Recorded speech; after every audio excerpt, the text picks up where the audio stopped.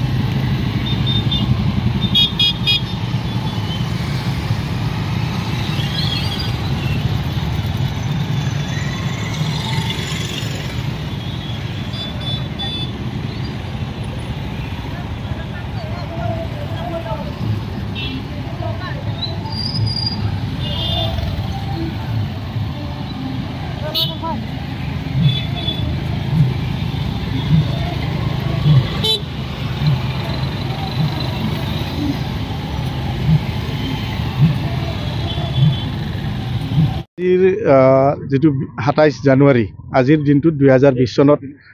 মানে ভাৰত চৰকাৰ অসম চৰকাৰ আৰু এপছু এনডিএফবিৰ মাজত যিখন শান্তি চুক্তিৰ দ্বাৰা বিটিআৰ চুক্তি হৈছিল এই চুক্তিখনৰ জৰিয়তে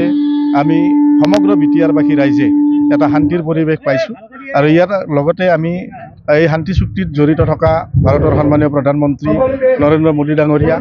আমাৰ অসমৰ সন্মানীয় মুখ্যমন্ত্ৰী সেই সময়ৰ সৰ্বানন্দ সোণোৱাল ডাঙৰীয়াৰ দিনত চুক্তিখন হৈছিল আৰু এতিয়াৰ বৰ্তমানৰ সন্মানীয় মুখ্যমন্ত্ৰী হিমন্ত বিশ্ব শৰ্মা ডাঙৰীয়াক আমি ইউপিপিএল দলৰ তৰফৰ পৰা অভিনন্দন জনাইছো। প্ৰমোদ বড়ো ডাঙৰীয়াৰ নেতৃত্বত চলি থকা বিটিআৰ চৰকাৰখনে আজি 5 বছৰত যি শান্তি প্ৰতিষ্ঠা কৰি আমাৰ ৰাইজক সমভাৱে সম উন্নয়নৰ জৰিয়তে আগবঢ়াই নিয়াৰ বাবে চেষ্টা কৰিছে। আমাক কোনো সংঘৰ্ষ নোহোৱাকৈ কোনো অশান্তি নোহোৱাকৈ বিটিআৰখন চলাবলৈ সক্ষম হৈছে। সেই উদ্দেশ্যত আজি বিটিআৰবাসী ৰাইজে মানে বডোলেণ্ড হেপিনেছ মিছন বুলি এটা যাত্ৰাৰ জৰিয়তে বাইক ৰেলী উলিয়াইছে। এই বাইক ৰেলীটো সফল কৰাৰ বাবে এই অঞ্চলৰ শুক্লাই চাৰফাঙৰ সমূহ ৰাইজ জাতি ধৰ্ম নিৰ্বিশেষে সকলোৱে আহি আমাক ইউপিপিএল দলৰ লগত যোগাযোগ কৰি ইয়াত ৰেলীত অংশগ্ৰহণ কৰিছে। তাৰ বাবে আমি ৰাইজকো ধন্যবাদ জনাইছোঁ আৰু হেপিনেছ মিছনৰ জৰিয়তে যাতে অনাগত দিনত বিভিন্ন জাতি জনগোষ্ঠীয়ে শান্তিৰে বসবাস কৰি থাকিব পাৰে তাৰ বাবে আমি এই শান্তি যাত্ৰাটো যাতে অব্যাহত থাকে তাৰ বাবে ৰাইজক অনুৰোধ জনাইছোঁ আৰু এই চেগতে আমি বিটিআৰ চৰকাৰ অসম চৰকাৰ আৰু ভাৰত চৰকাৰক ধন্যবাদ জ্ঞাপন কৰিছোঁ। বিটিআৰ একৰ্ডৰ আজি পঞ্চম যেটো আমাৰ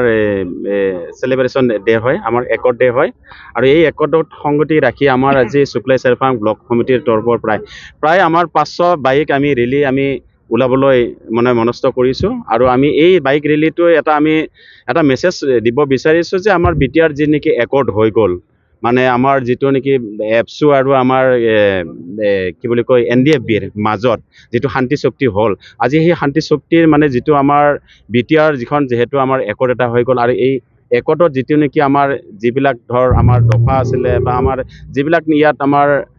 উন্নয়নমূলক যিখিনি আমাৰ হেৰি হৈছিল আমি সেই বস্তুটো সংগতি ৰাখি ফেলে আমাৰ আজি শান্তিৰ আমি বাইক ৰেলী ওলাইছোঁ আৰু এই ৰেলীটো আমাৰ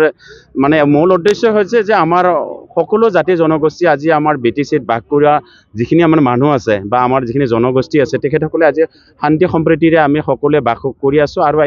এই আজি এইটোই মেছেজ আমাৰ মূলত আমি আজি বিটিচি হিচাপে আমি আজি সকলোৱে শান্তিত আছোঁ আৰু আমি